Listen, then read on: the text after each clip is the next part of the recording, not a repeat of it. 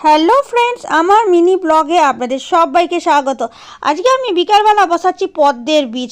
আর পদ্মের বীজটা একটু ঘষতে হয়, সেটাও ঘষেছি। দেখা যাক, এটা প্রথম করছি, কোনো দিন করিনি, কতটা গাছ বেরোয় এটাই দেখার। তারপরে সন্ধ্যাবেলা আমি ছাদে যাই। এখন যদিও বর্ষাকাল, বৃষ্টি হচ্ছে, তবু দেখি হয়তো 2-3 দিন যখন বৃষ্টি হলো না, 2-1 দিন, তখন কিছু কিছু টবের গাছের মাটিটা না একটু শুকিয়ে যায়। যেহেতু টবের গাছ, তাই মাটি যখনই একটু শুকিয়ে যায় আমি হালকা করে কিছু কিছু গাছে জল দিয়ে দিই।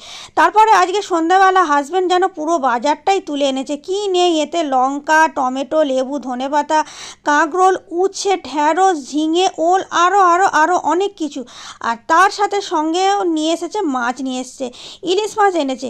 যেহেতু হাজব্যান্ড সকালের দিকে অফিস যায়, সময় পায় না, তাই অফিস ফেরত একটু সময় পেলে বাজারটা করে নিয়ে আসে। আর আমি রাত্রিবেলা করে নিচ্ছি ডিনারের রুটি। এই ভিডিওটা এই পর্যন্তই। ভালো লাগলে একটা লাইক করে দেবেন। এখনের জন্য আপনাদের সবাইকে টাটা।